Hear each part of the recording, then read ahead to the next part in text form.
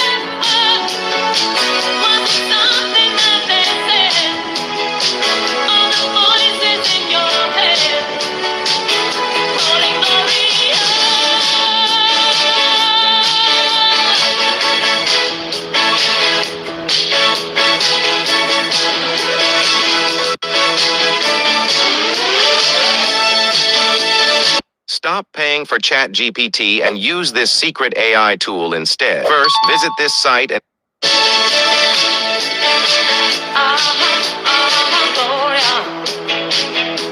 how's it gonna go down? Will you meet him on the main line? Or will you catch him on the rebound?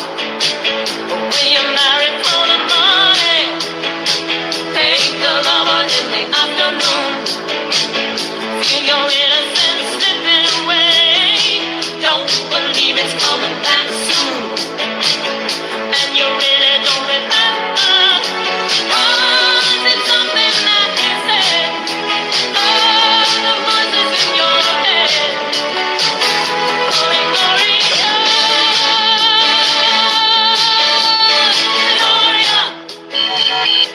Don't you think you're falling?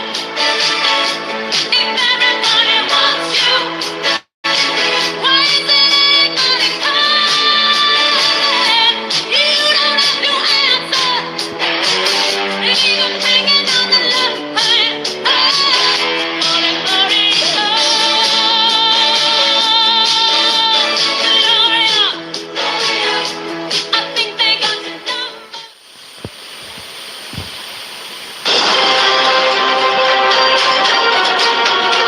You're considered the most liberal United States senator. We're not going to treat people who are undocumented across the border as criminals. Abolish ICE. Yeah. Is that a position that you agree with? We need to probably think about starting from scratch. say it loud, say it clear. Everyone is welcome here. Raise your hand if you think it should be a civil offense rather than a crime to cross a border. Raise your hand if your government plan would provide coverage for undocumented immigrants. You support giving universal health care, Medicare for all people who are in this country illegally? I am opposed to any policy that would deny in our country any human being from access to public health, period. You support the Medicare for all bill. I believe it will totally eliminate private insurance. For people out there who like their insurance, well, they don't get to keep it. Let's eliminate all of that. Boston Marathon bomber on death row. People who are convicted of sexual assault, they should be able to vote. I think we should have that conversation. As President of the United States, I am prepared to pass a Green New Deal. Would you ban offshore drilling? Yes. What is the solution for voters who have jobs and interests in the fossil fuel industry? Transition into the jobs of the future. But would you support changing the dietary guidelines? Reduce red meat specifically? Yes, I would. We have to have a buyback program, and I support a mandatory buyback program.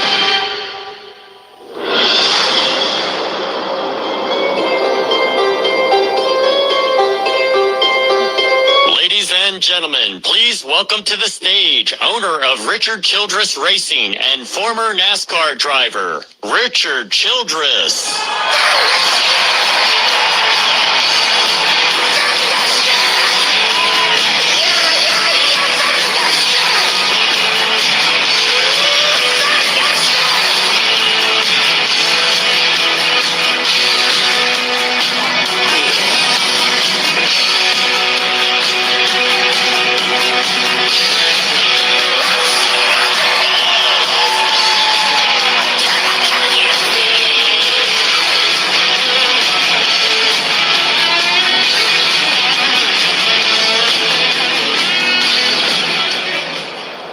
Well, what a crowd. Not an empty seat in the house.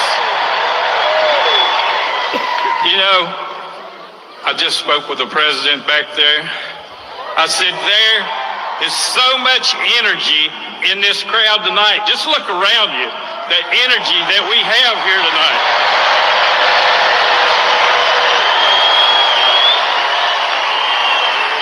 You know, North Carolina, we are a state, and we're going to show President Donald Trump tonight what we think of him. Bring me out strong, baby.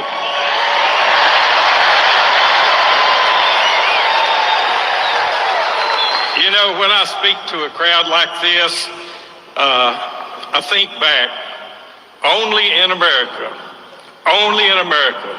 could a kid with a $20 race car and a dream be standing up here tonight. Only in America could that ever happen.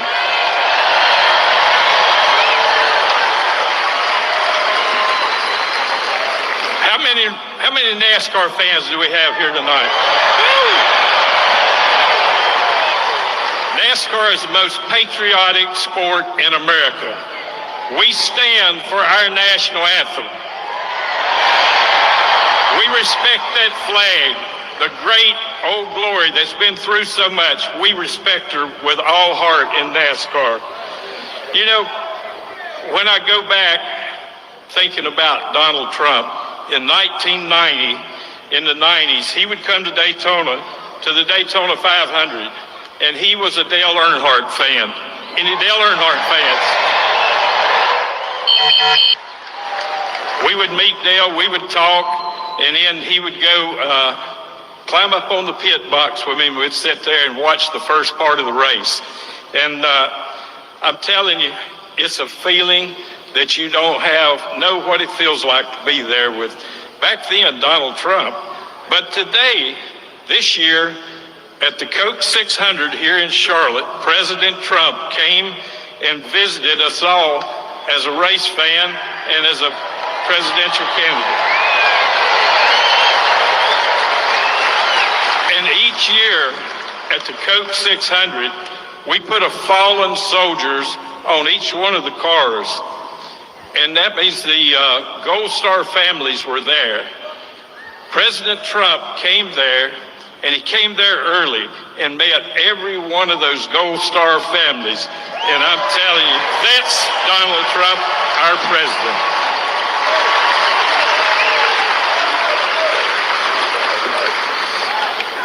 Donald Trump loves our military.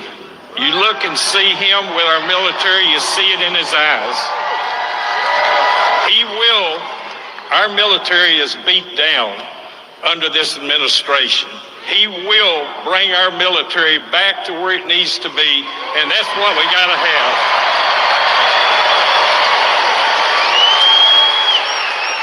You know, spending some time with President Trump, hearing him speak, look him in the eyes. That is a man that loves America.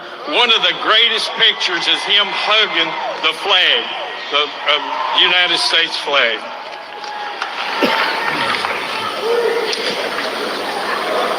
And again, you've heard him say it, and many people say it, he will make America great again, I promise you.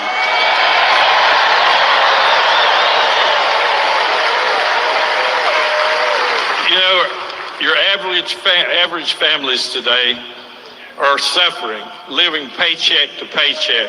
The grocery stores, gasoline, just imagine where it's gone since this administration's been there. President Trump will look after the average worker in America, I promise you. Looking to skyrocket your YouTube channel? Let Sprizzy boost you to the top. Using YouTube ads, Sprizzy targets Cherish so much is our Second Amendment.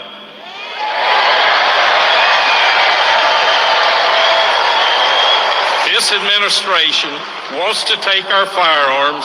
They want to abolish the Second Amendment and leave us without any protection for our families.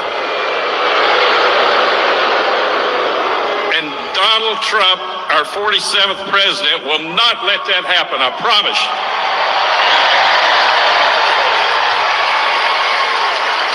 You know, remember, only in America is our freedom. Freedom doesn't come free, that word in front of it. Someone's paid the price.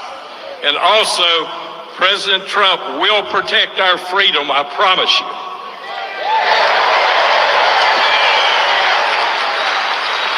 At this time, I'd like to introduce my friend, and a friend to every one of you in here tonight. He loves you, all of you. He is one of the bravest, most courageous men I have ever met in my life.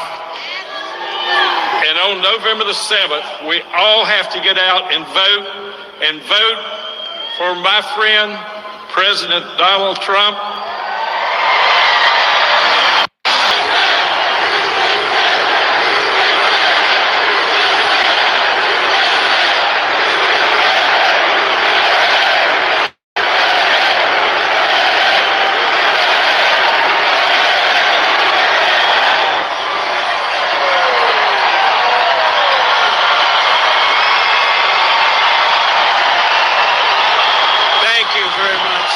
you, Richard.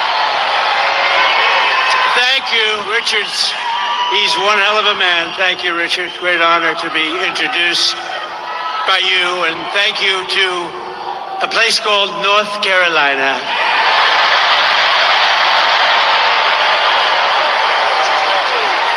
And I have these incredible women from North Carolina right over there. And they've been to, I shouldn't tell you, 129 different rallies. Can you believe it? Look how great they look. And their husbands love them. I don't know how the husbands do this. They travel all over, and finally we have one in North Carolina, nice and easy. It's nice and easy for you. No, they're incredible people. 129 rallies, it's great.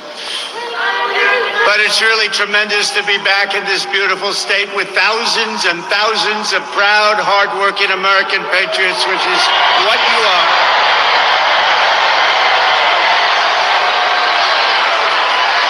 This is a nice arena. How about the people outside that can't get in? That's a lot of people, too. Would anybody like to give up your seats? Would anybody? You're just not generous people. As you know, 3 days ago, we officially defeated the worst president in the history of our country, crooked Joe Biden. He quit because he was losing so badly in the polls. He was down in every single poll and down by a lot, so he quit. But really, what happened was the leaders of the Democrat Party, in a very undemocratic move, the bosses, they said, either you get out or we're going to throw you out using the 25th Amendment. That's what happened. You know that. So, well, you know that. That's what happens. That's what happens. These are nasty people, the Democrats, so we better beat them or we're not going to have a country left. You're not going to have a country left. So now we have a new victim to defeat. Lion Kamala Harris. Lion. L-Y-I-N apostrophe. The most incompetent and far-left vice president in American history. By the way, they did a poll. She was rated the worst vice president in history. I've never seen that poll before, but that's the poll. Together, we will win North Carolina in an epic landslide. We're way ahead in the poll.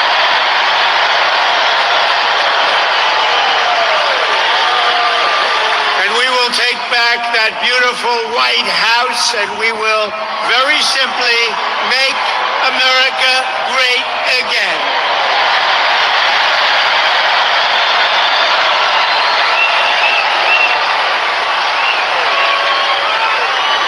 For 3.5 years, Lion Kamala Harris has been the ultra-liberal driving force behind every single Biden catastrophe. She is a radical left lunatic who will destroy our country.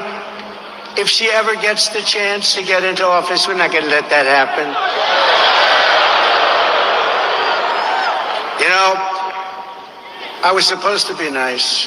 They say something happened to me when I got shot. I became nice. And when you're dealing with these people, they're very dangerous. Easy sounds in here. You don't mind? I'm not going to be nice. Is that okay? You want me to be nice?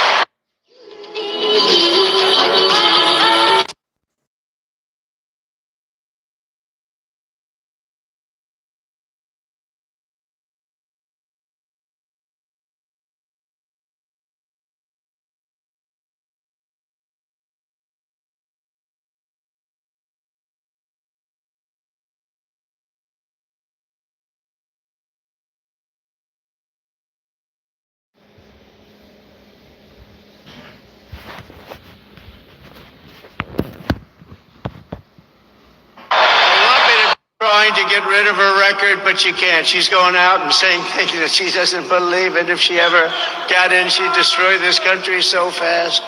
So she was the border czar, but she never went to the border, right? She was appointed by this horrible president, this horrible guy. How this guy got to be president in his basement. He stayed in his basement. And we did a lot better the second time than we did the first. How this guy got to be president, what they've done to this country in 3.5 years, and we're going to turn it around. But what they've done to our country is unthinkable. As borders are, Kamala threw open our borders and allowed 20 million illegal aliens to stampede into our country from all over the world. As vice president, she cast the tie-breaking votes that created the worst inflation in a half a century, decimating middle-class families and hurting very badly, as you know, all people in North Carolina. And by the way, Laura says hello. Laura, do we love Laura? How good is Laura? She is terrific. She has done a tremendous job. You know, I'm saying it now because if I forget it later on, they'll say he's cognitively challenged. I don't want to be cognitively, no, but I want to thank her because she's unbelievable. She loves it. I'll introduce Michael in a couple of minutes, but I want to remember to introduce Laura. She's been a fantastic daughter-in-law and wife to Eric.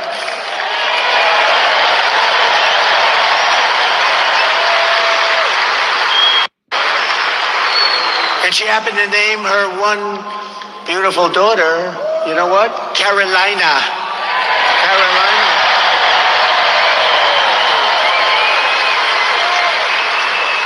I said, which one? Which Carolina? She said, well, North, of course. No, let's call them both. Do you mind if I call them both? They've both been great, frankly. And when Kamala Harris was sent to Europe to deter Russia, what a joke that was, from attacking Ukraine, how did that work out? Russia answered by launching the invasion just 5 days after she left. Putin laughed at her like she was nothing. She's nothing. She's so bad for us. Everything Kamala touches turns into a total disaster. She's destroyed San Francisco with her policies. Check out San Francisco. 20 years ago, it was the greatest city in our country. Today, it's not a livable city. She'll destroy our country if she's elected, so we won't let her be elected. We can't let that happen. Unbelievably, despite all of the damage she's caused, radical, liberal Kamala Harris now wants a promotion to deliver 4 more years of chaos. We've had the worst 4 years. You know, I say about Biden, if you took the 10 worst presidents in the history of our country, added them up, they won't have done the damage that crooked Joe Biden has done.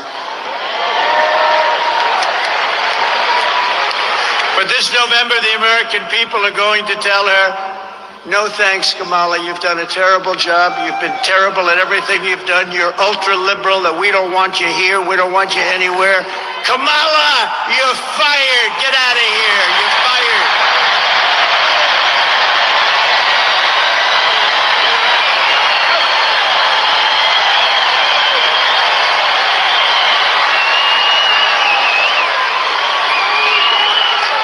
The fake news, which a month ago said she was incompetent, said she was a stiff, just a dopey stiff, the worst. Nobody talked to her.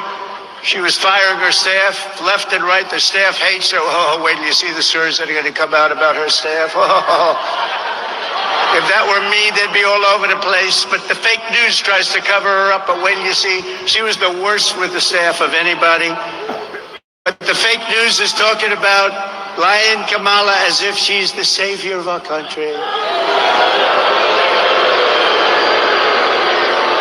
That she's so brave. I've never seen a turnaround like this. I mean, 4 weeks ago, she was the worst politician in America.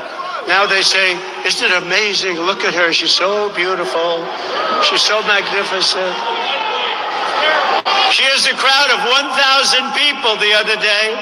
And the fake news, and they worked hard to get that crowd. We have crowds of 25, 30, 40, 50, 60, 70,000 people.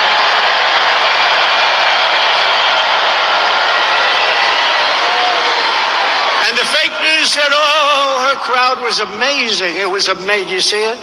The other day, she had maybe 1,000 people. I doubt it. They worked their asses off to get those people to go, and I wonder what they gave up.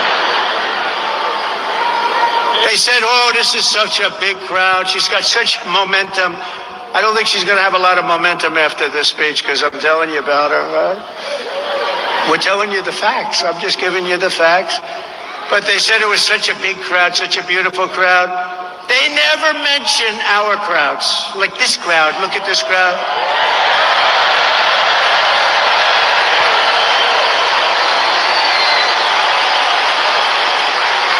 You could multiply her crowds times 20 and 30 and she wouldn't get what we get.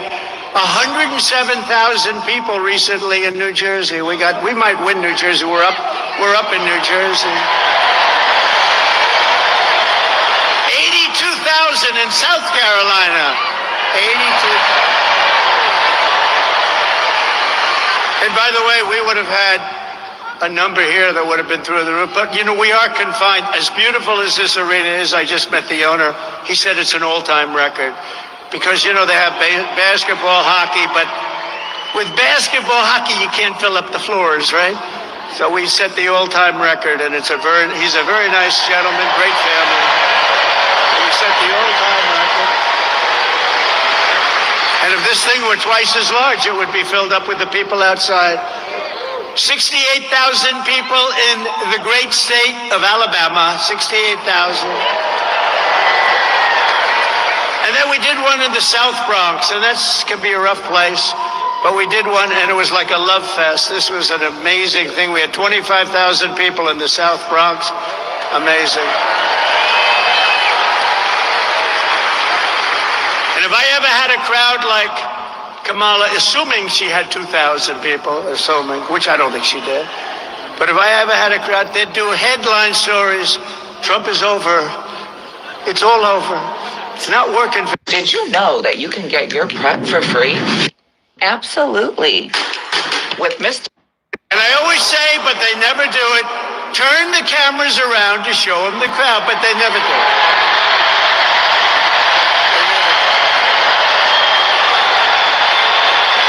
They never want to do it.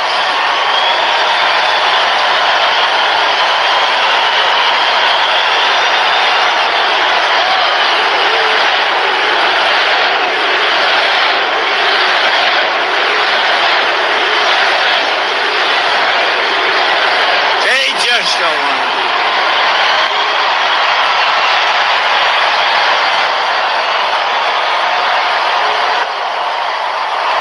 They don't want to do it. I don't know why. Even the semi-friendly camera, they don't turn. You know, I used to think it was a physical thing with the camera. You know, the steel, you can't turn. And in 2015, it started right from the beginning, these big crowds. But now I have to tell you, there's more spirit now. We won in 2016. We did much better in 2020, but it was rigged. It was rigged. But this is bigger than 2020. This is bigger than 2016. And I think the reason is you like me a lot, but you know what you really like? When you look at the incompetent administration that we have with the inflation, with the Afghanistan, with all of the things they've done wrong, everything, the borders are.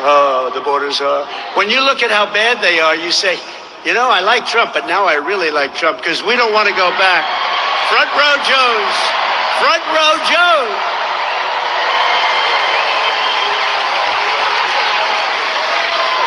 You know, front row Joes, they've been to 201. I hate to tell you that, North Carolina. They'll beat you 201. And they were to a rough one last week. That was a rough one. I saw them. They were sitting in the front row and things were happening that weren't.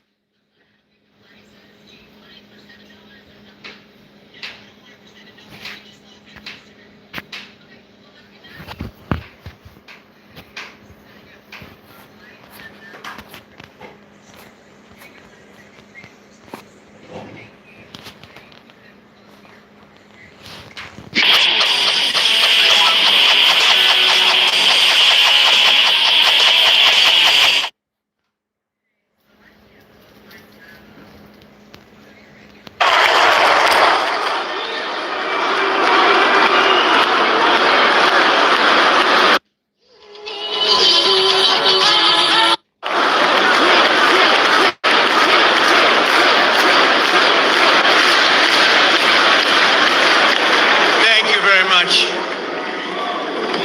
and we will do it right. We're gonna do it right. Let me begin this evening by expressing my gratitude to the American for your outpouring of love and support following the assassination attempt at my rally on Saturday.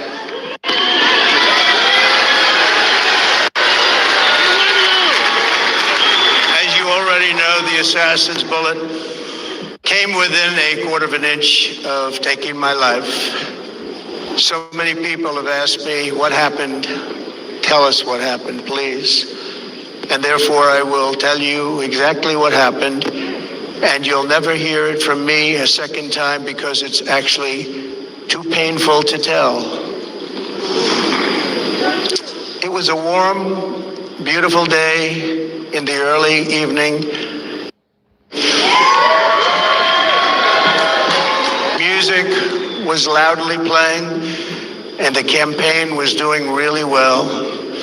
I went to the stage, and the crowd was cheering wildly. Everybody was happy. I began speaking very strongly, powerfully, and happily, because I was discussing the great job my administration did on immigration at the southern border. We were very proud of it.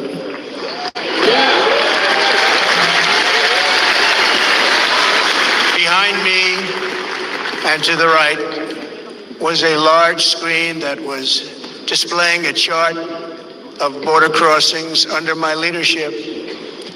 The numbers were absolutely amazing. In order to see the chart, I started to, like this, turn to my right and was ready to begin a little bit further turn, which I'm very lucky I didn't do, when I heard a loud whizzing sound and felt something hit me really, really hard on my right ear. I said to myself, wow, what was that? It can only be a bullet. And moved my right hand to my ear, brought it.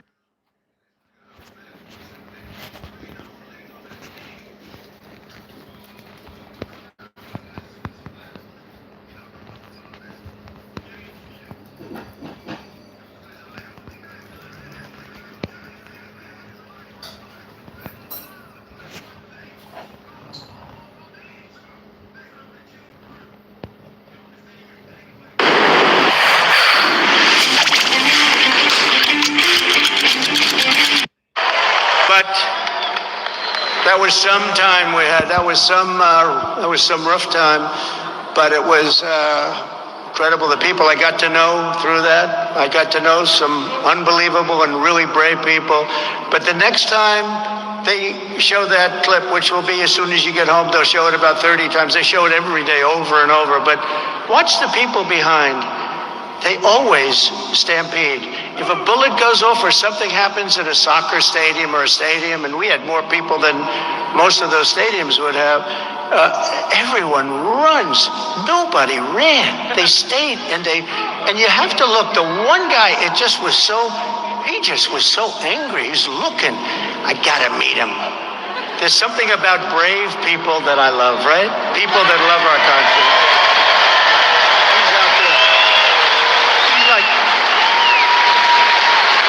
Up there. No, they're great. They're great people. And we had a great convention. We had a convention that broke all television ratings. How good was the Hulkster, right? Oh.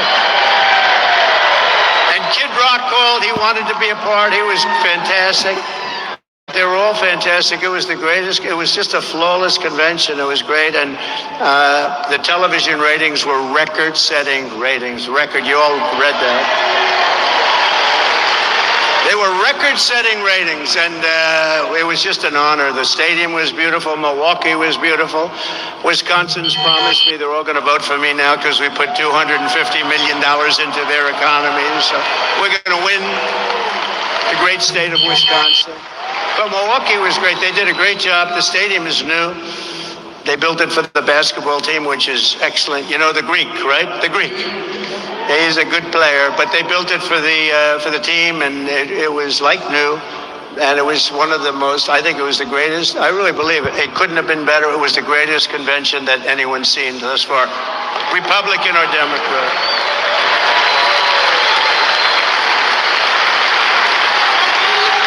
But getting back to a subject called Kamala, who's the worst?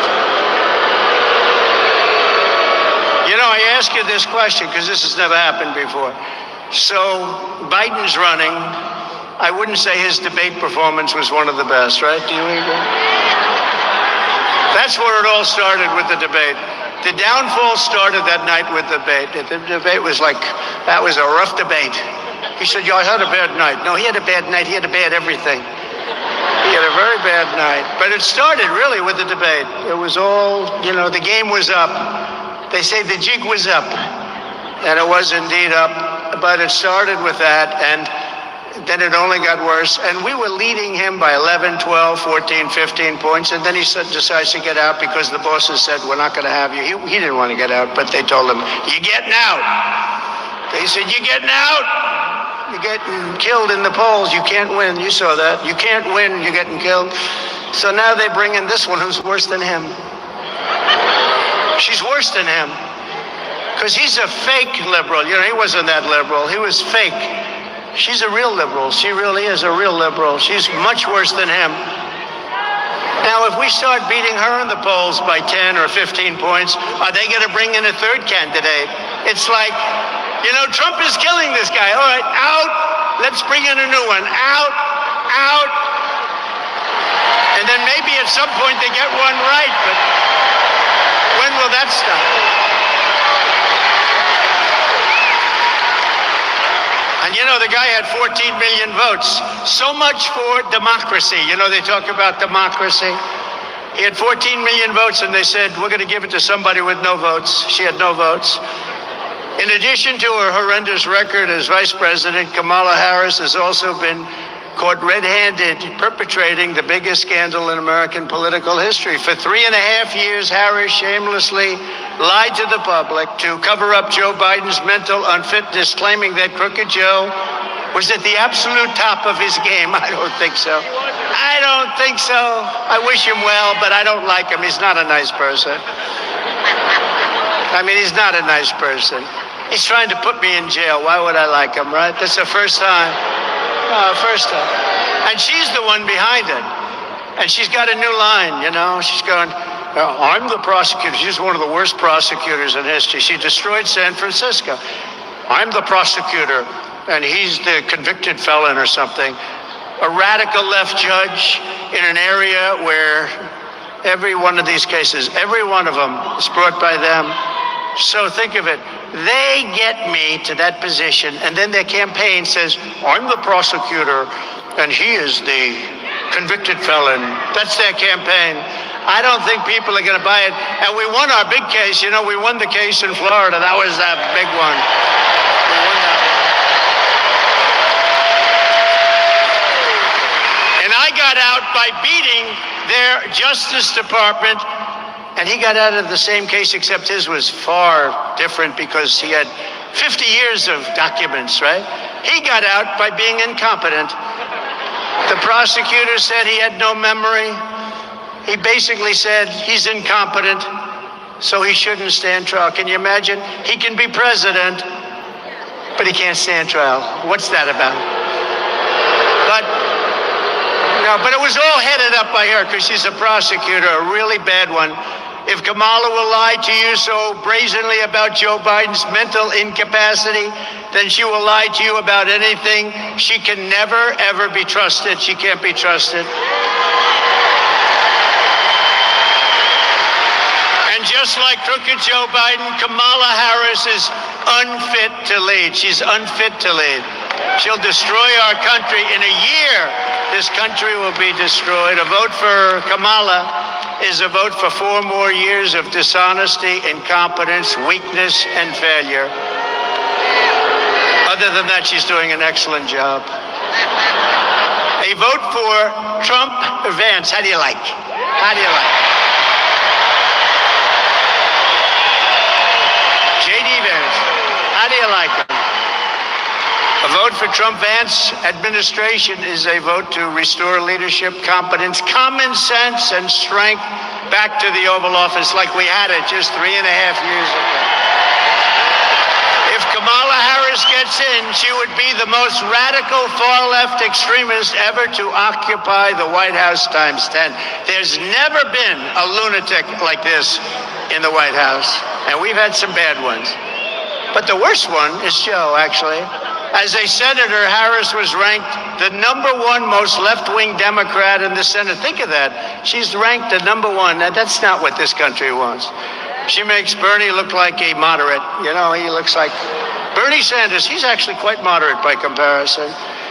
Here's just some of her crazy liberal record. Kamala Harris co-sponsored Bernie Sanders' $32 trillion plan for a socialist takeover of the entire U.S. health system, which will be a disaster and will bankrupt Medicare and Social Security. They're gone.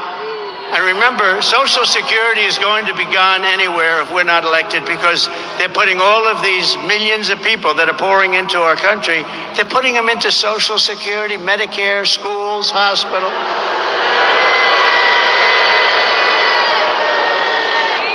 And we all have a big heart, but some of those people are tough, from prisons, from mental institutions, terrorists. When asked if her plan would outlaw private health insurance for 180 million Americans, Kamala replied, "Let's just eliminate all of it." That's all she said. We'll eliminate all. That's nice. Thank you very much, Kamala. She endorsed free taxpayer-funded government health care for all illegal aliens, everybody that walks into our country that's illegal. This is why they come. When these stupid people, they're stupid, low IQ people, when they say, we're going to give you health care, we're going to give you everything, they come. You're not going to say, we're going to give you all of these things. They're going to come, even if they're fine in their country. And people are being killed in the caravans, especially women. They're dying on the way up. It's horrible. It's horrible. You have to see the real numbers. She co-sponsored the $100 trillion Green New scam with the goal of completely abolishing the oil, coal, and natural gas industries, which would reduce the United States to a third world country. No more oil, no more gasoline. Good luck with your electric car that goes for about 45 minutes before you have to get it. You know, someplace like in the Midwest, did you see? They built 8 chargers. You know, a charge like it's sort of like the equivalent of a gas pump. They built 8 chargers for $9 billion, and 2 of them don't work. That's a big problem.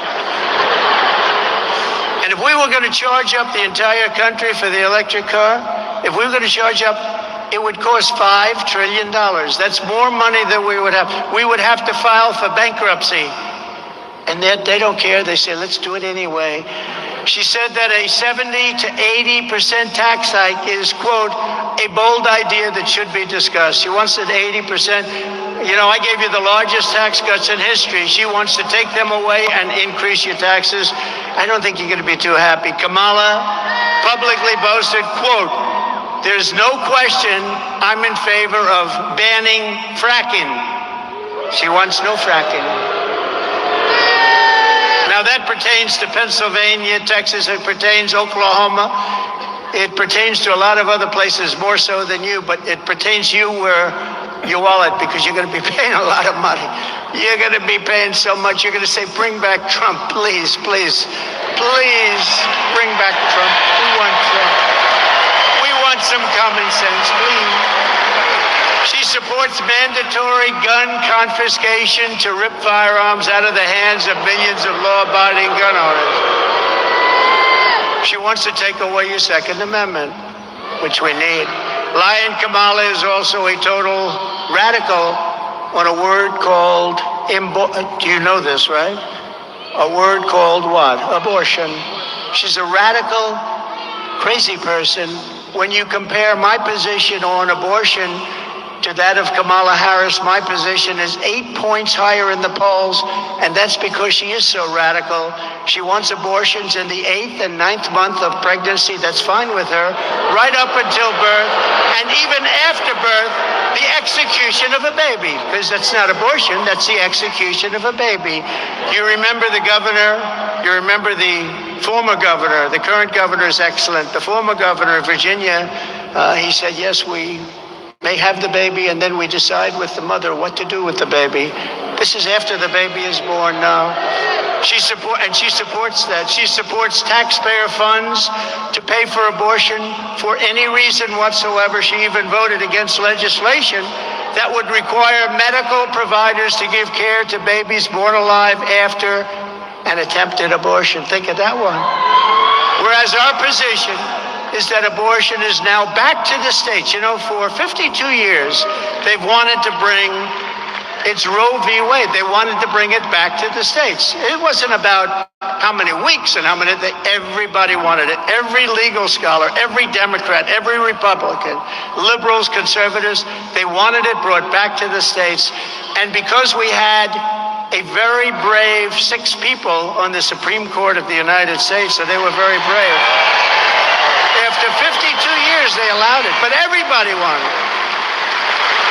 And they were brave to do it, and now it's up to the will of the people in each state, and it's happening in Ohio. They voted, and frankly, it came out to be more of a liberal policy, but they voted, and it's getting back. In Kansas, you saw what happened there, somewhat of a liberal policy. Texas goes, and Alabama goes, and other states, but it's all being voted on by the states. It's back in the hands of the people, and the state returns the age-old question to where it belongs, and it belongs with the people, and it belongs over time, and you see what's happening, and you see how it's working out. Like Ronald Reagan, very importantly, I happen to support, you have to go with your heart, but I happen to support the 3 exceptions: rape, incest, and the life of the mother. I think that's the way.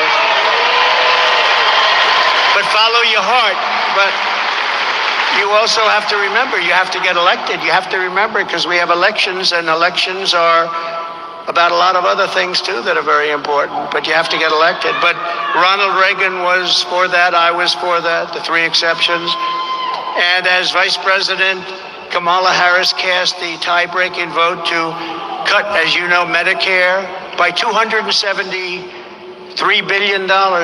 She cast a vote to cut Medicare. Nobody knows that. She doesn't want people to know that. Now what she's doing is she's running away from Israel. She refuses to go to Bibi Netanyahu is in Washington. She refuses to be there. Even if you're against Israel or you're against the Jewish people, show up and listen to the concept. But she's totally against the Jewish people. And it amazes me how Jewish people will vote for the Democrats when they're being treated so disrespectfully and badly. It amazes me. It's shocking. I don't get it. I don't get it. Kamala even wants to pass laws to outlaw red meat to stop climate change, and she's... You know what that means? That means no more cows. You know, this is serious. No, this means no more cows. I guess eventually she's going to mean no more people, right? No more people. So if you want socialist health care, nation-wrecking inflation, the death of American energy, and a lying radical left liberal San Francisco extremist as your commander-in-chief, then Kamala Harris is your candidate. She's the one for you. Just like she destroyed San Francisco, she will destroy our entire country. And let me tell you, it's in pretty bad shape right now anyway. What they've done in 3.5 years, especially, I mean, think of Afghanistan, the most embarrassing moment, day in the history of our country. We got out of weakness. We were going to get out, but we were going to get out of strength and dignity. We were going to get out. They left, $85 billion worth of brand new equipment, brand new beautiful military equipment. I rebuilt the military.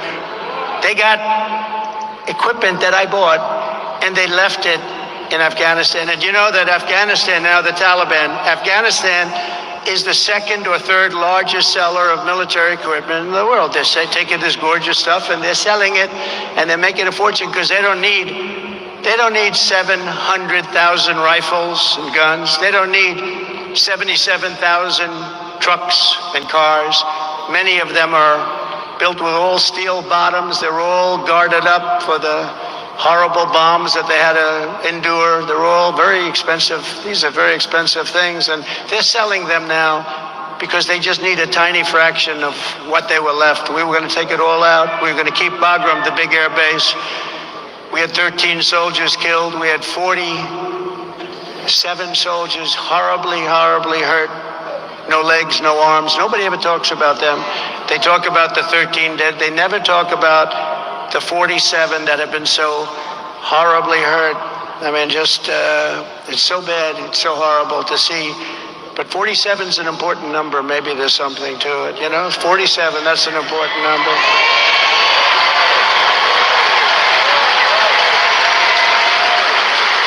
Basically, she's a very bad person, and she shouldn't be running for president. She is a threat to democracy, a true threat to democracy. She'll destroy our nation. But if you want no inflation, low gas prices, how about $1.87? And we had it actually lower than that. If you want energy independence and even now energy dominance, we're going to be dominant. You know, you have to see the chart. And my favorite chart of all, of course, some of you would understand what I mean, was the immigration chart. Because I looked over and I said, look at that chart.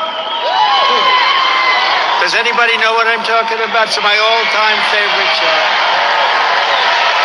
Man, am I lucky to show that chart? I said, let me see that chart. Let me see that chart. Pull it down.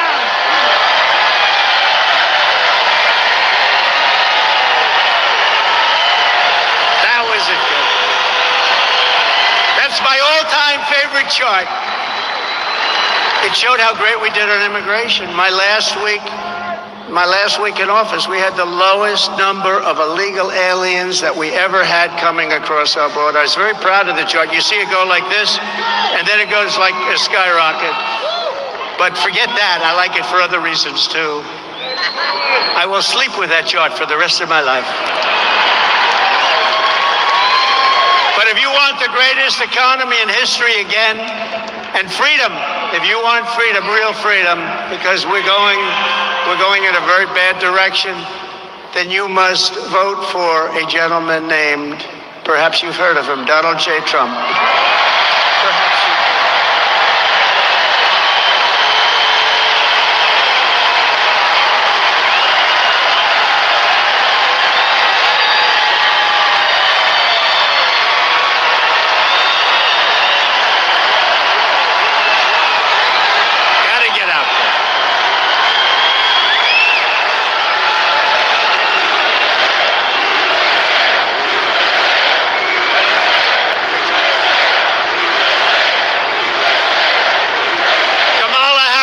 California socialism would kill the American dream forever. You know, you don't hear about the American dream anymore.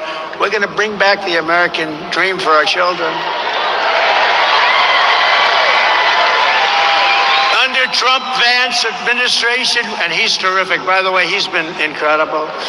You know, he wrote the great book on workers, about how workers were being horribly taken advantage of. Became a movie, big best-selling book, became a great movie, actually, and he's a great guy. Went to Yale Law School without any connections because his father passed away and his mother had some difficulty, and you get into Yale without any connections, that's pretty good. And he was a great student. Then he met his beautiful wife at Yale, two smart people. It's really an amazing story. Amazing. Became a senator from the great state of Ohio. Ohio loves him. So he's exactly what we want. And he's a very common sense guy. But we'll bring back that American dream bigger, better, and stronger than ever before. Bigger, better, and stronger. And remember, there's no issue in which Kamala has been more unhinged than her wild pursuit of open borders. She's crazy. She's crazy. Who could want open borders? Who could want that? It's like, who could ever want men playing in women's sports in a much smaller way?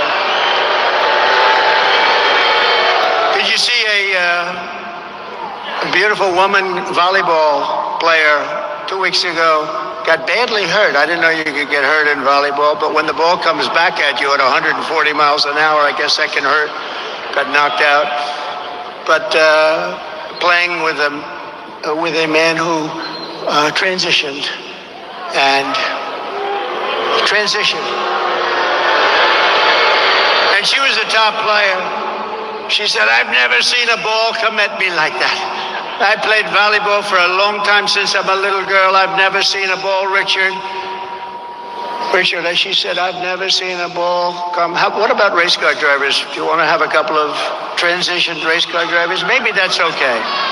Actually, that could work. That could work. I have a good one for you I'd like to recommend. That could work, maybe. But she said, I've never seen a ball come. Or the weightlifting records. You see what's happening there? For 18 years, they had a record. 18 years. A quarter of an ounce and a quarter of an ounce on the barbells, right? A quarter of an ounce. Little tiny thing. And she goes, Olympic tryouts. Mom and Dad are in the front. And I hate to do it. You know, my wife says it's so unpresidential when you do that. Can you believe it? So I'm embarrassed. I used to give it a big push, but now I'm embarrassed. You know, I know I'm embarrassed to do it. She said, darling, your speech was wonderful, but please do stop with the weightlifting and the swimming. It's so unpresidential. You know, she's a class act. But I said, but people like it. People like it. She looked good 2 weeks ago coming into that arena, right? Melania. She's a classic. Yeah, turn off your cameras for a second, okay? Boy, that's a lot of cameras. Man. No, they get it up and they can't quit doing it. Mom, I'm sorry, Mom. And a guy comes out for the tryouts. He comes out. Have you lifted before? No, haven't really tried it. Well, give it a shot. Bing, bong. Right? How crazy is it? Or the swimmers, the All-American swimmer. She's getting ready. She's going to break the record. It stood for 12 years. And she's beautiful, beautiful, strong. And she looks left and she sees all the girls she's grown up with. Because as Richard will tell you, those great, talented people, like Richard wanted to drive race cars more than anything else. But he didn't quite have the courage to put that pedal to the floor like a couple of your competitors that we know so well, right? So instead he said, hell, I'm going to own the cars and I'm going to make a lot of money. This is too much for me, right? He had Dale Earnhardt. These guys were going around the track and Richard's driving. He said, I don't know. I can't do that. I understand. That's the way it is. But he became the best at what he did. And some others too that I know that are friends. It's a great, by the way, that's a great sport. That whole thing is great. How you do it is amazing. It's so amazing. We should send you into, I've always said, get some of these guys. I have a lot of friends in that world. I don't know. I think, is it Roger Penske, like a great guy too? He won 20 Indianapolis 500s. This guy wins all the time. I mean, we appreciate talent. They said, let me use these guys to guide our military a little bit. When you can win so many races, that's okay, you know? You guide. Same thing with coaches. You take some of the greatest football coaches, you put them at a table. What do you like, coach? Because in its own way, it's not so much really different. But it's been sort of amazing. But she looks over left and she sees, and then she looks over right and she sees a lot of the young ladies that she grew up with, girls, and now they're mature women. They want to break this record. They want to qualify for the Olympics. And then right next to her is this giant. He's got the wingspan of Wilt the Stilt Chamberlain. You know Wilt the Stilt, 7'2", the longest arms ever recorded. And she looks and she goes, oh, who is this? Oh, he transitioned and he's in the swimming contest. He's in the meet, and this meet is a big deal. And she's a little nervous, but she's going to break that record. And they say, on your mark, set, go. And she goes, and she goes, and she goes, but she got, as you know, very badly injured, right? You know what it was? Wind burn. She got burned by the wind. He went so fast by her, she suffered massive wind burn. We had to take her out of the pool. Massive wind burn. No, it's so crazy. Men playing in women's sports. It's demeaning. Who could want this? Who could want open borders? Who could want high taxes? Who could want high taxes? Who wants this? They have so many things. You know, we're the party of common sense because we're conservative with it, but we're the party of common sense. And we have to get back to common sense. Lion Kamala supported abolishing ICE. She compared ICE agents to members of the KKK. Can you believe it? Just so disrespectful. And these guys, these people are great. I've seen them, and I've seen tapes of them, and they go into a pack of MS-13 killers out on Long Island, and they walk into that pack, and all you see is fists are flying left and right. 2 minutes later, they walk out, and they've got them by the legs, and they throw them into a paddy wagon, and we take them the hell out of our country, and she wants to get rid of them. Kamala voted in favor of deadly sanctuary cities. She supports decriminalizing illegal border crossings, and she supports mass amnesty for all illegals. Think of that. Everybody coming in right now. And many of these people are coming out of the prisons and the mental institutions. They're going to get amnesty. She wants everybody to have amnesty. Then Joe Biden made her the border czar, and that's when it really got bad. She launched a colossal illegal alien invasion of a country. She said, come on in, remember? Then she said, remember when? Then she copied him. Don't. Everyone say, don't what? Don't. Remember, don't. On my very first day back in the White House, I will terminate every single open border policy of the Biden-Harris administration. And we will seal the border and we will stop Kamala Harris invasion without delay. It'll happen immediately. Right?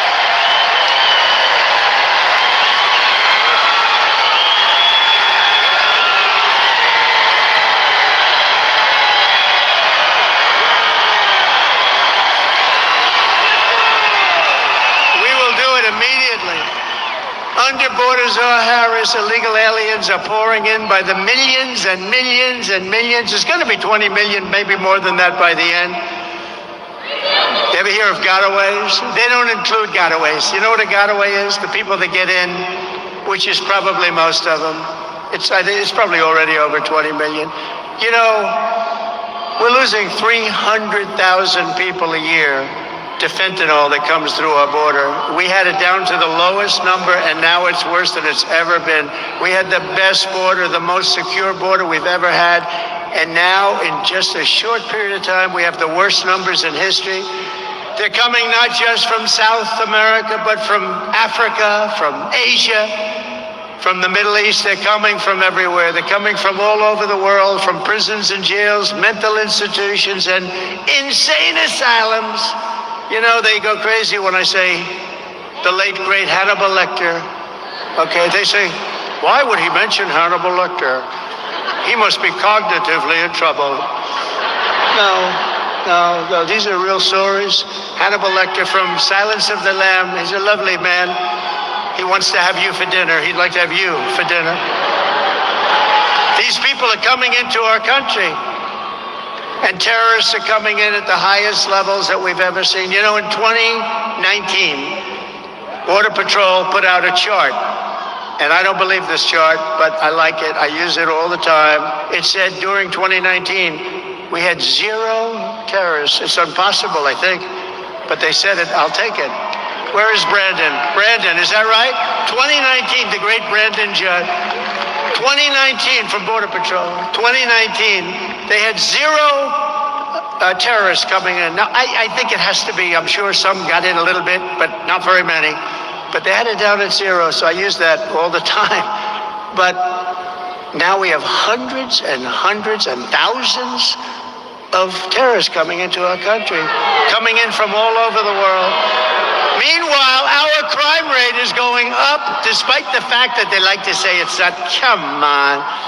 Well, crime statistics all over the world are plunging. And you know why they're plunging? Because other countries are taking their criminal elements and they're bringing them into the United States of America, and they're dumping them in we're a dumping ground. We're a stupid country that's run by stupid people, and we're going to make this country so great again, but we have to fix it.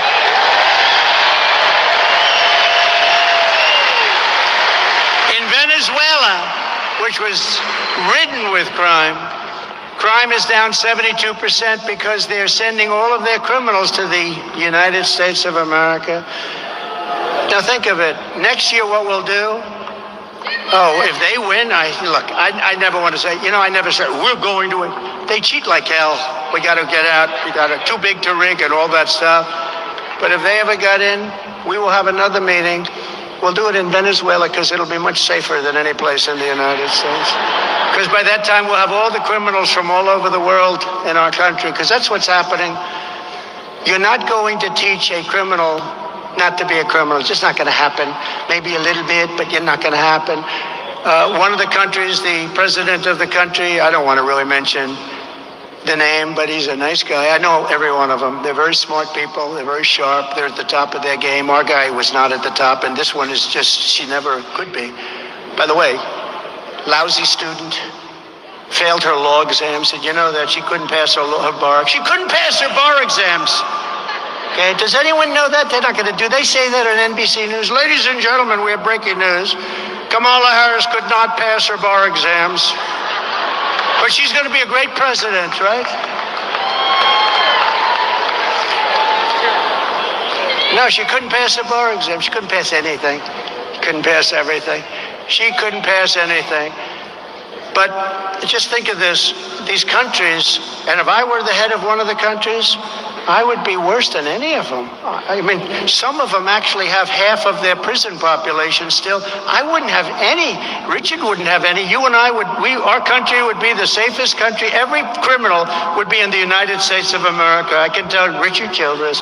Every criminal would already be here. Every jail would be empty.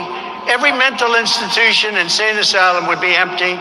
They'd all be in the United States. And that's what, in a short period of time, that's what's going to happen. We're going to have all of their criminals. The only thing good about them is they make our criminals look like very nice people by comparison. These are serious criminals. These are rough killers. But under Border Czar Harris, can you believe it? Our communities are being ravaged by migrant crime. I call it migrant crime. I used to call it Biden migrant crime, but now I'll probably change it to Harris or Kamala. You know, it took him about, 4 years to pronounce her name right, and then she did an overthrow. That was a very undemocratic move, wasn't it? Earlier this year, a 15-year-old girl in Massachusetts was raped by a migrant who Biden and Harris flew into the United States against all orders. In upstate New York 2 months ago, another 15-year-old girl was attacked by an illegal alien that just walked into our country, assaulted with a metal pipe, abducted, driven to an isolated area, raped and killed. And in Texas last month, 12-year-old Jocelyn Nungari was tied up, sexually assaulted, and strangled to death by 2 illegal aliens who Biden and Harris released into the United States and refused to get them out. What kind of a vice president or what kind of a border czar allows these monsters to come into our country? And this is just a small portion. These people are here now by the hundreds of thousands. And remember this, it's like anything else. They're just getting comfortable. They've just gotten here a little while ago, so you haven't seen the kind of crime that's going to be inflicted on our country. They're just getting comfortable. They're getting used to being here. They don't know about the words politically correct yet when you catch them and you do nothing, and then you catch them again and do nothing. They don't know. The only time they do something, if it happens to be Trump, because he talks about how the rigged election was a disgrace. Oh, he should get the electric chair because he said the election was rigged. But if you rape and kill somebody and strangle them and dump them in a creek, that's okay with these people because they're crazy. And we don't want these people running our country anymore.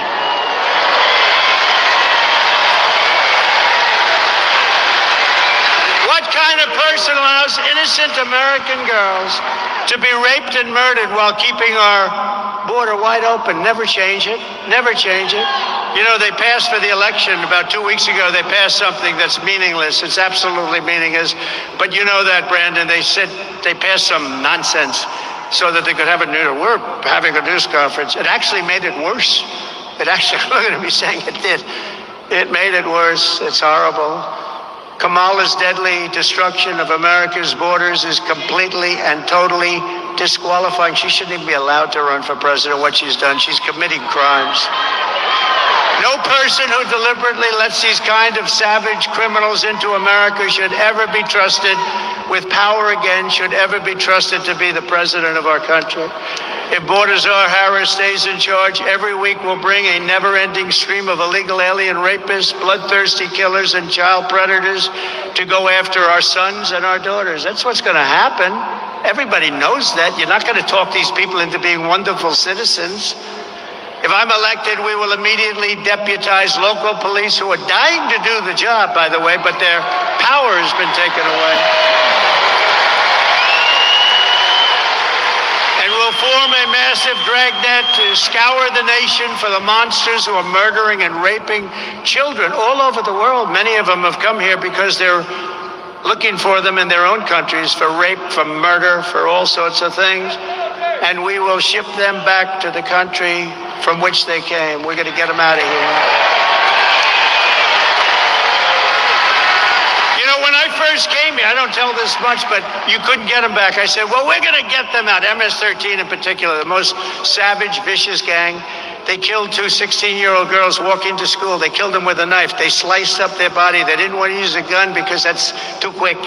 They didn't want to use a gun. They sliced them up. They sliced them up into pieces. They killed them. And Nancy Pelosi said they should stand trial, you know, nice fair trial. No, these are monsters. But when I first came here, I said, we're going to get these people out, MS-13, and the general came up to President Obama at the time. President Obama has been trying for 4 years. President Bush has been trying. They've all been trying. The countries won't accept them. They don't want their MS-13 back. I said, really? You can't get it back? No, sir. What they do is they put major big aircraft, commercial aircraft on their runways so that when we're getting nearby, we can't land, sir. And then they clog up the roads, right, Brandon? They clog up. He knows because he was trying to send them back. They couldn't send them back. Then they clog up the roads so the buses and cars, every way you can't get back into their countries. And they tell the people, we'll give you the death penalty if you come back in. Other than that, they're quite friendly, actually. So I said, really? They won't accept them? Yes, sir, we have to live with them. I said, we're not going to live with them. I asked, how much money do like Honduras and Guatemala, El Salvador, Mexico, how much money do they get from us for economic development and aid? Sure, we pay them $750 million a year. Now, that's peanuts compared to all of it, but still a lot of money. We pay them $750 million a year, sir. I said, tell them that we're not paying any more. They're in default. We're not giving them the money. We're not giving them any more money, Brandon. We're not giving. You were there, right? You were there. So we notified them, you're not getting any more money. The three countries in particular, El Salvador, Guatemala, Honduras, rough countries. And they were sending all of their criminals into our country. They said, we're sending them back, and you're not going to put any airplanes on the runway, and you're not going to clog up the roads. We're sending them back. But I said, how much money? $750. Inform them that they're not getting any more money. There's no more aid. We call it aid because we're stupid. We call it aid. You're not getting any more aid. There will be no more aid to your country. And the next morning, I got a call separately from all three presidents of these countries. They're very streetwise guy. They're very streetwise people. And they called me. And they said, sir, there must be a misunderstanding. I said, what's up? He goes, sir, you have stopped sending our aid to us.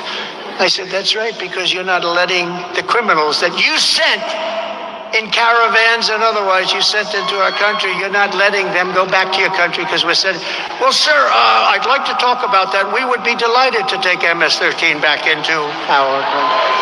And all three countries the same exact. And we sent them back, Tom Homan and all our guys, right? And that guy right there. We sent them back at record levels like nobody's ever seen. Stand up, Brandon. Brandon Judd.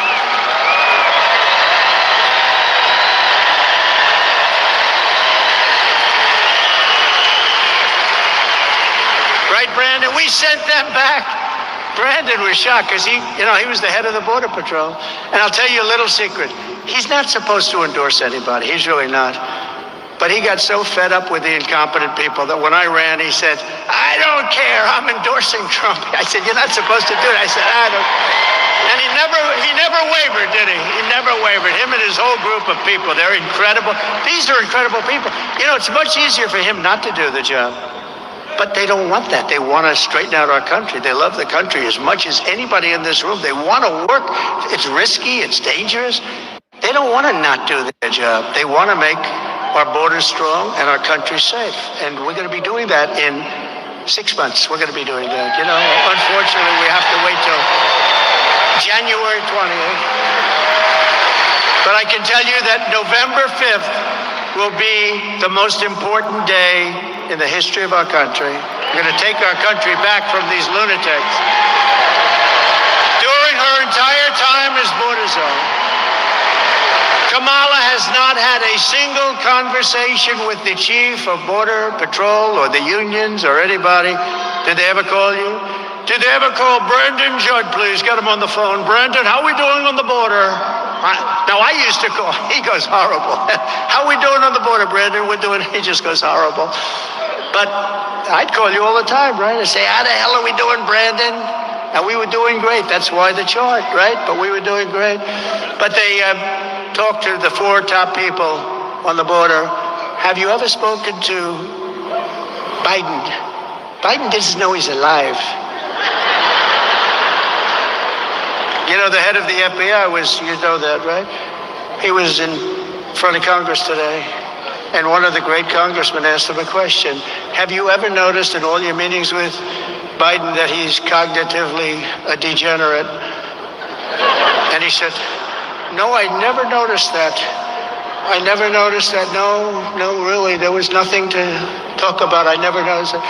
Now, anybody that says that, they're not telling the truth. It's a very serious thing. It's a very serious thing. No, I didn't notice. I didn't notice. No, I didn't notice. I didn't notice he couldn't stand up. I didn't notice he can't walk. And I didn't notice he can't think and he couldn't talk. Other than that, he's doing quite well, however. Thank you. No, he didn't notice. That's a very bad thing. A very bad thing. A very sick thing. We're pleased to be joined today by former president of the National Border Patrol, and that's the man I've just been talking about. He's been so incredible. The Patrol Council, the head guy and the boss, Brandon Judd. Thank you, Brandon. Thank you.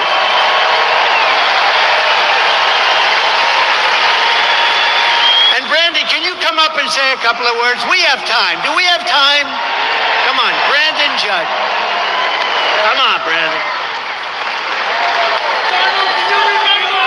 And I'll bet you he can beat me up those. Stairs. Remember when Biden challenged him to a golf match, and yet Trump was just playing with Bryson DeChambeau? You beat him, didn't you? Look, I lived this. Under 5 presidents, I worked under 5 presidents. Never have we seen a more secure border. You know this.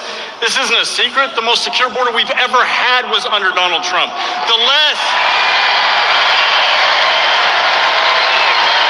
We had fewer drug overdoses under Donald Trump. We had fewer criminal aliens under Donald Trump. Like he said in 2019, 0 known terrorists. That number has jumped up more than 100% under Joe Biden. 100%. Yeah, that's what we're seeing right now. This was amazing. It was all about policy. October 7th, 2016, the day of Access Hollywood. Come on. locker talk seriously, and they thought that that was going to bring him down. We did a press conference with Donald Trump, October 7th, 2016, because it was about policy. That's what it's about. If we have proper policy, we can secure the border and we can keep your children, your grandchildren, your great-grandchildren safe. He can do that. He can do it. They refuse. Kamala Harris knows what she needs to do. I was there. I gave her all of the policies that she needed, all of them, and she refused to implement them. She does not care about you. She does not care about the safety of this country. He does. This is the man for the presidency.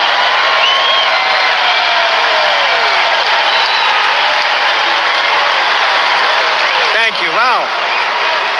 That was great. Thank you, Brandon. Thank you very much. He does some job. He does some job. Now that she's running for president, Kamala is suddenly trying to transform her personality to pretend she is tough on crime. She's so bad on crime. In fact, Kamala Harris was the original Marxist district attorney. She was the first of them. You know, you hear all about them in Philadelphia and Los Angeles. She was the first. She was worse than any of them. She supports ending cash bail nationwide. She wants no bail. If you murder somebody, just go home and relax. Murder a couple of other people.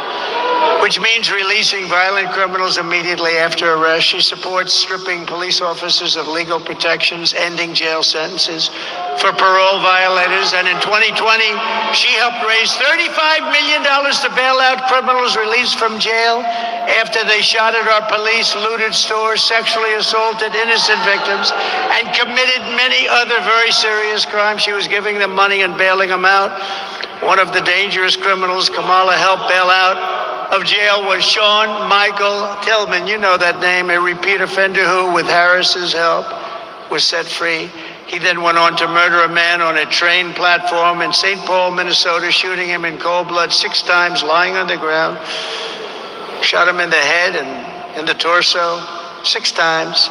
Kamala Harris wants to be the president for savage criminals, illegal aliens. I will be the president for law-abiding Americans of every race, religion, color, and creed.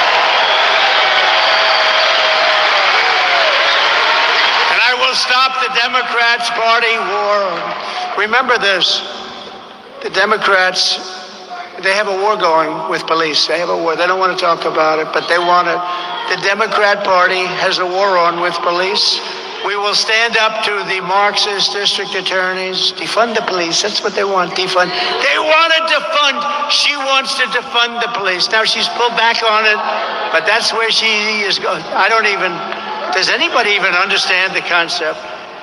That's like open borders. That's like men and women's sports. The same thing. I think it's maybe even crazier than any of them. We will give our police back their power, protection, respect that they deserve. We're going to give them back the respect that they deserve today. I am honored to receive the official endorsement of the National Association of Police Organizations, which is the largest in our country. It represents 250,000 police officers nationwide. It's such an honor to get it. To me, that's a great honor. To me, that's something that means the largest anywhere in the United States. It's the greatest people. I'd like to ask their president, Mick McHale, to come up and say a few words, please. Thank you. Thank you, Mick.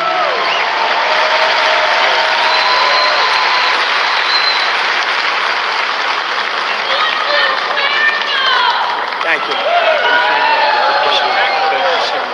We appreciate it.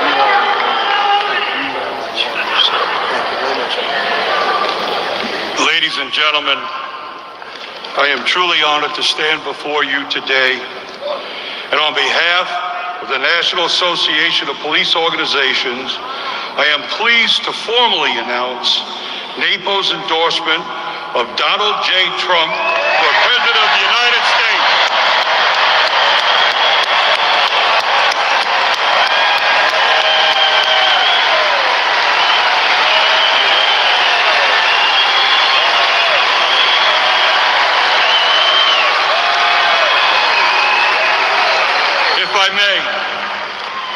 As president, President Trump directed the Attorney General to aggressively prosecute those who attack officers for simply being in a uniform.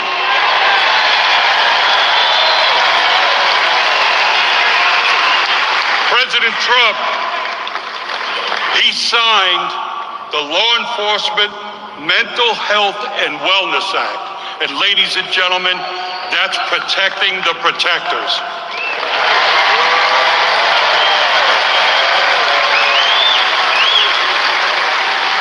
President Trump also signed the ability for surplus military equipment to once again be used to protect you, the citizens, not to take your rights.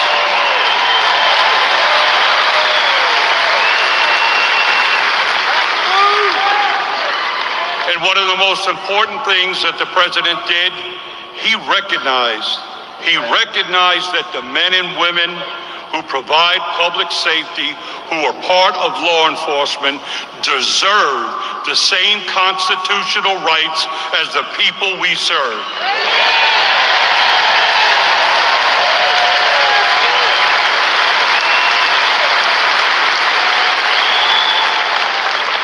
Mr. President, once again, we are proud and pleased to support your campaign, and we are here for anything that you ever may need. God bless you, and God bless the United States of America.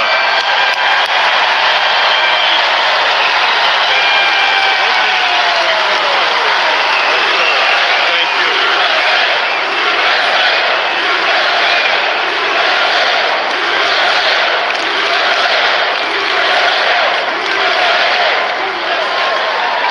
Thank you very much. That's a big one. That's something that means a lot to all of us in this room. It's no wonder the Democrat Party and their thugs are so desperate to stop us. They know that we are the only ones who can stop them. We're the only ones. This is it. This is the big election coming up. This is it. This is going to be the biggest of them all. All of their persecution is only happening because I'm running for president and leading big in the polls, every one of them. And we're not just leading against Kamala, we're also leading against everyone, including big leads right here in the great state of North Carolina. We have a big lead. We have a big, beautiful lead. The radical left Democrats rigged the presidential election in 2020, and we're not going to allow them to rig the presidential election in 2024. Right, Michael? Every time the radical left Democrats, Marxists, communists, and fascists indict me, I consider it truly a great badge of honor. I never thought I'd be saying that, but I consider it a badge of honor because I'm being indicted for you. And never forget, our enemies want to take away my freedom because I will never, ever let them take away your freedom. I'll never let it happen. They want to silence me because I will never let them silence you. And in the end, they're not after me, they're after you. I just happen to be standing in their way, and I always will. Thank you. Thank you. We're pleased to be joined tonight by many great North Carolina patriots, including Congressman Richard Hudson. Where is Richard? Richard Hudson. Richard, he's a big, wonderful guy, wonderful warrior, Richard. Thank you. A man who I've just been involved in from the day he first went in. I endorsed him. Everyone said, who is he? Turned out to be an incredible congressman, but now he's running for Attorney General, and he's going to be your next Attorney General, Dan Bishop. Where's Dan? Dan. Thank you, Dan. Thank you, Dan. Get out and vote for him. He's incredible. Great job. And you were a great guy. Richard, we're going to miss him in Congress, but that's okay. Great luck, Dan.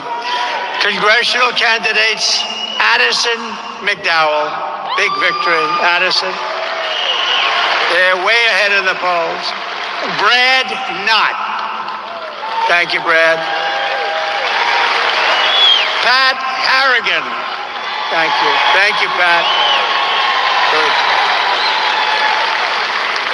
Mark Harris. They like you.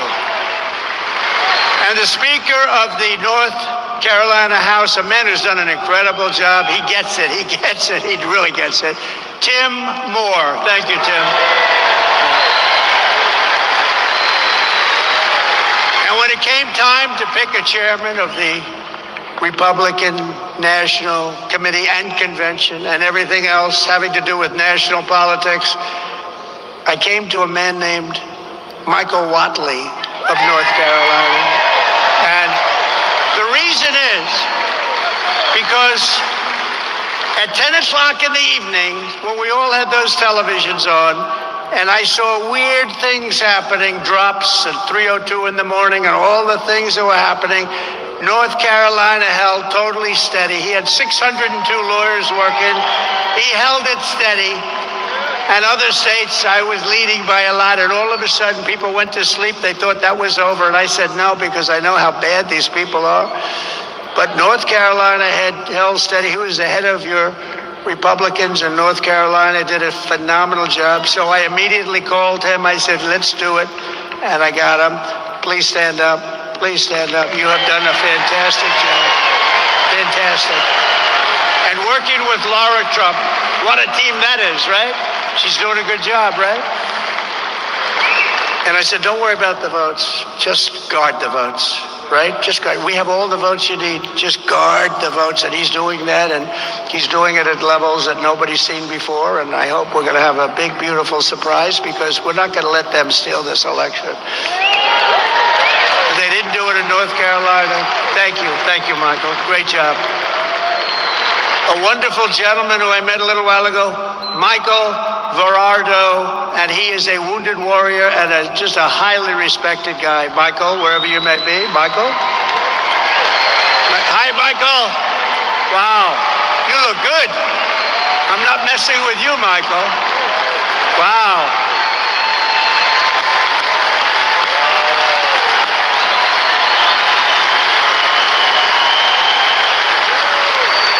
Good-looking guy. Thanks, Michael. Great, great patriot, great person. Members of the Charlotte Police Department are here. Please stand up. You are phenomenal. What a job. What a job they do. Thank you. What a job they do. Thank you very much. And Chief of the Catawba Nation, Brian Harris. Brian, where are you, Brian? They've been so supportive. They've been so supportive. Thank you very much. From the moment we take back the White House from Kamala Harris, they switch. It's every day. Next week they'll have somebody else when they find out how bad she is. She's worse than he is. But when we take it back from Kamala and crooked Joe Biden, the most crooked president we've ever had, I believe we are going to have the 4 greatest years in the history of our country. We're going to do it. We're going to do it fair. Starting on day 1, we will end inflation and make America affordable again. Inflation is killing our people. They've got inflation. I think real inflation is closer to 50%. They like to say 23, 24%. No, they don't add everything. I think, look at interest rates. They're through the roof. Nobody can buy a house. You can't get the money even if you want it. To bring down the prices of all goods, we will stop the Biden-Harris war on American energy, and we will drill, baby, drill.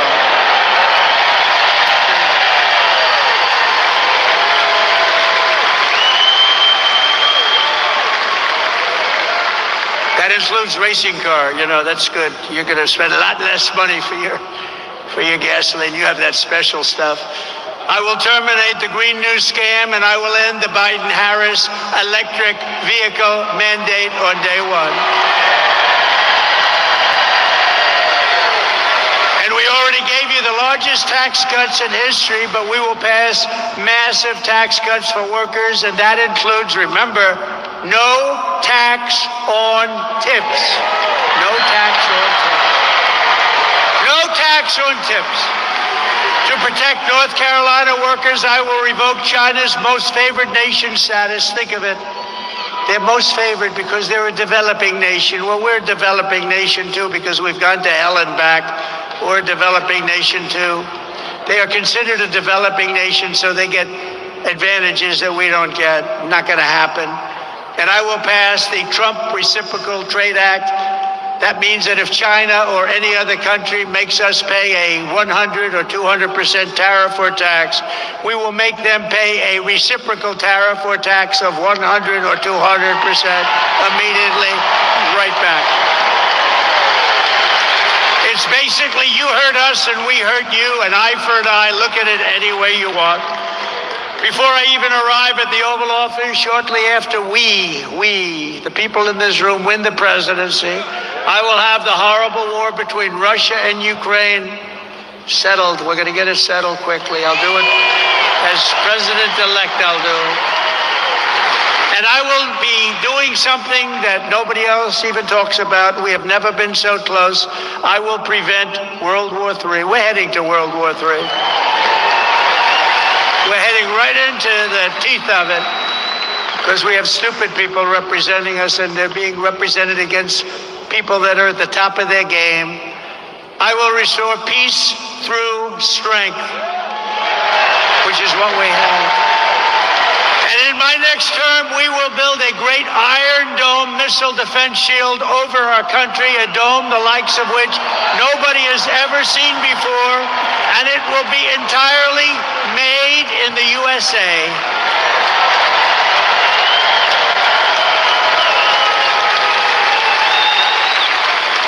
You know, Ronald Reagan wanted to do that, but honestly, it's a long time ago. We didn't have the technology. Now we have the greatest technology in the world. And in case there's a problem, we're going to be stopping them, but we're going to have the best in the world. It's all going to be made right here. I will not cut one penny from Social Security or Medicare, and I will not raise the retirement age. One day, I won't even raise it by one day. And you know, she's talking about lifting the retirement age. She's going to have to because they're putting a lot of the illegal aliens that are coming into our country. They're going onto Social Security and Medicare. They're going into a hospital. We're not going to raise it one penny or one day. I kept that promise, remember, for 4 years. For 4 years, they said, oh, he's going to raise Social Security. No, for 4 years I didn't, and I won't do it. I'm the one that won't do it. And remember, I said something else. I'm going to keep you out of wars. I kept you out of wars. We had no wars with Donald Trump as your president. We defeated ISIS. We beat ISIS in 4 weeks as opposed to 5 years, which was supposed to take. Remember this, our military is great. They're not woke. The guys on top, the political guys are woke, but they can't convince them. I saw ISIS dissolve before us once I put the military on it, once they had the commander-in-chief behind them. We have great generals, and they're not woke. They're not woke. They won't be woke. They can't be talked into being woke. They'd leave before that happens. But we have people on the top that are woke, and they're all gone. We're going to get rid of them so fast. We're going to rebuild our cities into beacons of hope, safety, and beauty better than they've ever been before. We'll have to work with Democrat governors and mayors in many cases, but we're going to rebuild our cities. They're crime-ridden, horribly run places right now. We're going to clean them up, and we're going to do something that's really good, and we're going to take our nation's capital in Washington, D.C. We're going to clean it up, renovate it. We're going to rebuild our capital city so that it is no longer a nightmare of murder and crime, but rather it will become the most beautiful capital anywhere in the world. We're going to take over the management, the leadership of it. Right now, you go from North Carolina, let's go and see the Washington Monument on the assumption that they don't change the name, which they want to. They want to change the Jefferson Memorial. Not going to happen. Remember when we were having a problem in Washington where they were trying to knock down some of our monuments, and I passed a bill. And the bill said, if you touch a monument, if we catch you even in the act, you go to jail for 10 years. And there's no 10 years equal 1 year. It's 10 years. You serve 10 years. And it was amazing I looked outside the beautiful White House windows. I looked outside and people were just leaving town. It was an incredible thing. I took old legislation that frankly you could never pass, very old, 1926, and I restored it. And I said, 10 years, if you take down that, and they were all getting ready. They had ropes around the necks of these gorgeous pieces of art.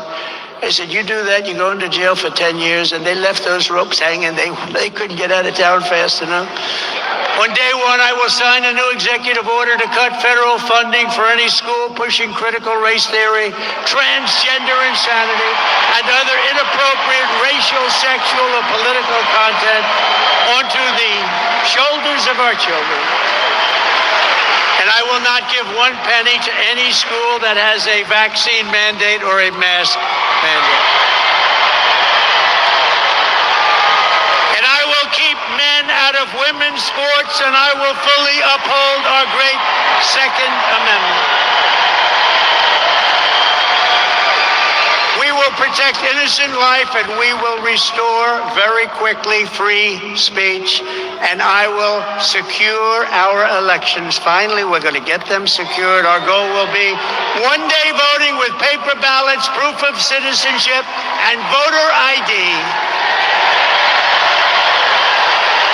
But until then, Republicans must win. We want a landslide that's just, and it is really an expression that's used, it's very tough for them, too big to rig. We're way ahead. We're way ahead, by more than even the polls say.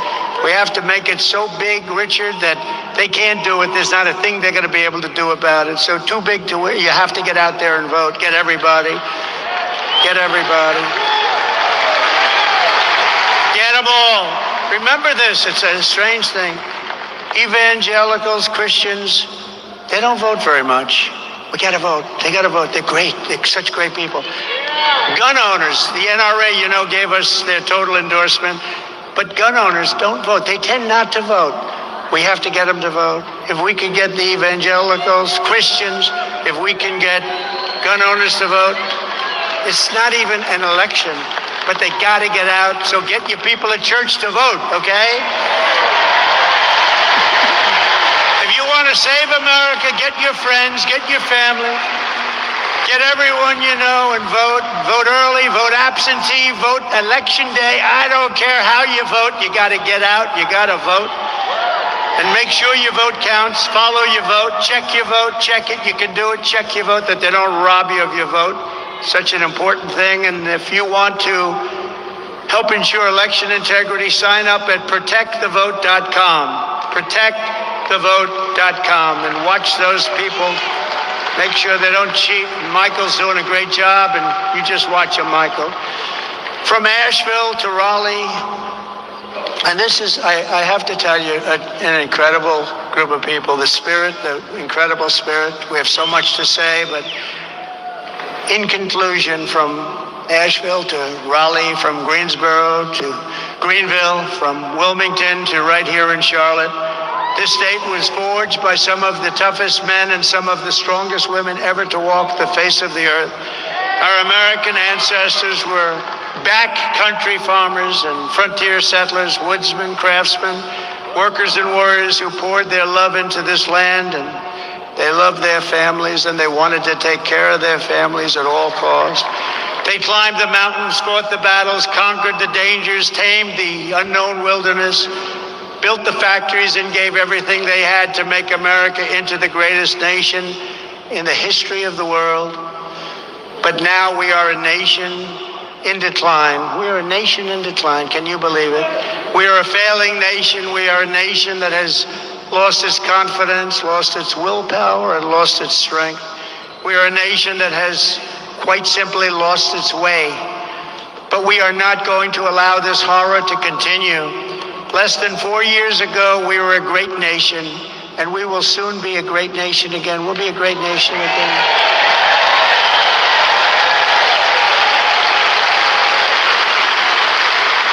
With our leadership, every disaster Joe Biden and Kamala Harris have created can be fixed, and can be fixed very quickly. Every problem can be solved, and every wrong can be rectified. By this time next year, America's borders will be strong, sealed, and secure. Inflation will be in full retreat. Our economy will be roaring back. Optimism will be surging. The American dream will be thriving again for citizens of every race, religion, color, and creed. Law and justice will reign all throughout our land. Freedom will be restored. The flame of liberty will be burning bright. Joe Biden and Kamala Harris, the worst administration in the history of our country, will be a fading memory of the past. And our great silent majority, including the once forgotten men and women of our country, will be the one shaping America's magnificent future when I am the 47th President of the United States.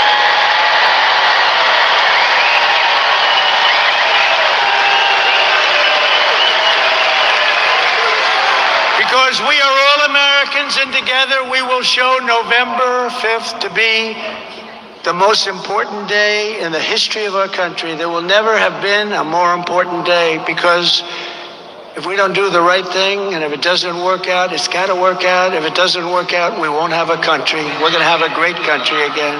We're going to have a great country again. We are one movement, one people, one family, and one glorious nation under God. And together we will make America powerful again.